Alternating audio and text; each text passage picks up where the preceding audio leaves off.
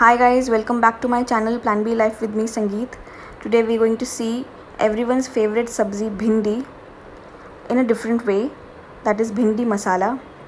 And before moving forward with the recipe, if you have not subscribed to my channel, do subscribe and watch the video till the end. And let's get to the video. For this recipe, I've taken around 450 grams of chopped bhindi and 1-inch piece of ginger, 4 to 5 pods of garlic, 3 green chilies, 2 tomatoes and 2 onions. And for the paste that will go into the gravy, we'll need 1 spoon of khaskhas, 2 tablespoons of saunf and 3 spoons of desiccated coconut. So let's get started. I've taken a kadai and put around 2 to 3 tablespoons of oil. Now we'll fry the bhindi to avoid the stickiness that bhindi generally has. We'll saute the bhindi till it reaches a golden brown color, which will take about 4 to 5 minutes in medium-high heat. Keep sauteing it. And this recipe is my mom's recipe, so all the credit for this recipe goes to her. I have just recreated this recipe for you guys to see. Now after frying it for 4 to 5 minutes, see, this is how it looks, slightly brown on one side and slightly green. Now we have to keep this bhindi aside after frying it, and meanwhile we have to grind saunf, khaskhas and coconut to a thin paste that we will be adding into the gravy right after this. Set this bhindi aside, and I've taken the same kadai and put 1 spoon of oil. Now I'll add 1 spoon of jeera for tempering and let the jeera crackle. After that, I've added half or quarter spoon of hing. Saute it well.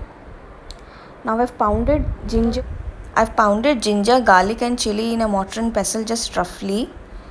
Now I'll add it to the oil and saute it till the garlic is slightly brown, which will take around 15 to 20 seconds.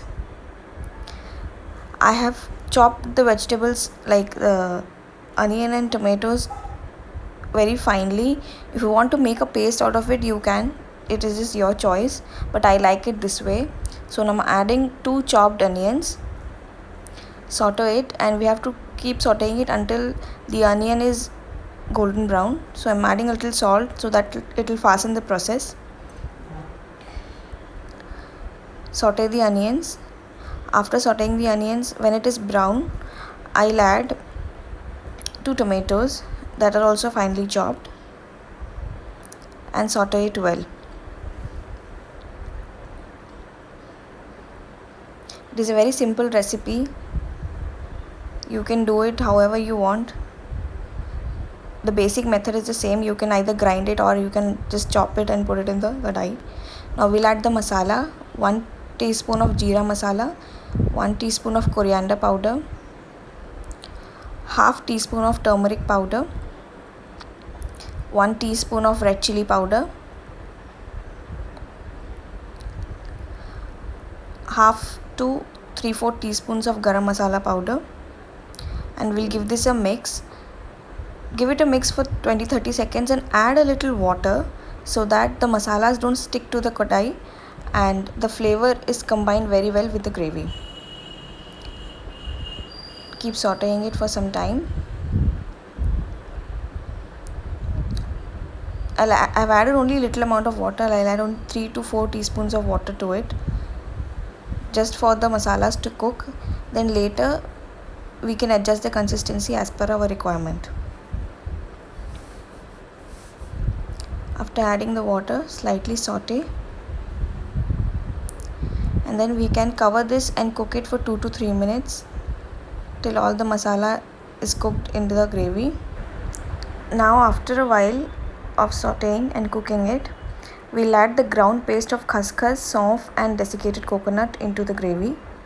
Mix it well. Now adjust the consistency of the gravy like however you want it. I like it semi-gravy, so I've added only a little amount of water to it, like only half cup of water, that's it. Mix it well and close the lid of the kadai and let it cook for around 2 to 3 minutes till the flavors are combined. Now I'm adjusting the salt in the gravy because I've added only less salt in the beginning. So adjust the salt as per your taste. Saute well and cook it for some time. Just for 2 to 3 minutes, that's it. You don't have to cook for more time. After simmering it for 2 to 3 minutes, saute it once again. And now we'll add the fried bhindi to the gravy so that it combines well and the bhindi absorbs all the gravy and the flavors. After adding the bhindi, we have to cook only for 2 to 3 minutes, that is it, because the gravy and the bhindi both are cooked. We just have to combine the flavors. After giving it a good mix, now we'll cover this and simmer it down for a minute or so that all the flavors are infused into the bhindi. And finally, you can garnish it with some coriander leaves and mix it well, and there goes our bhindi masala is ready. Do try this recipe at home and tell me how did you like it in the comment sections below. I like to serve this bhindi masala with hot pulkas. You can serve bhindi masala with pulkas, naans, chapatis and even dal chawal, or just eat it as it is. It just tastes out of the world, and it is just an alternative to the regular bhindi sabji that we make at homes. So do enjoy this recipe with your friends and family. And that's it, our recipe is ready. Enjoy bhindi masala with hot pulkas. Thank you for watching.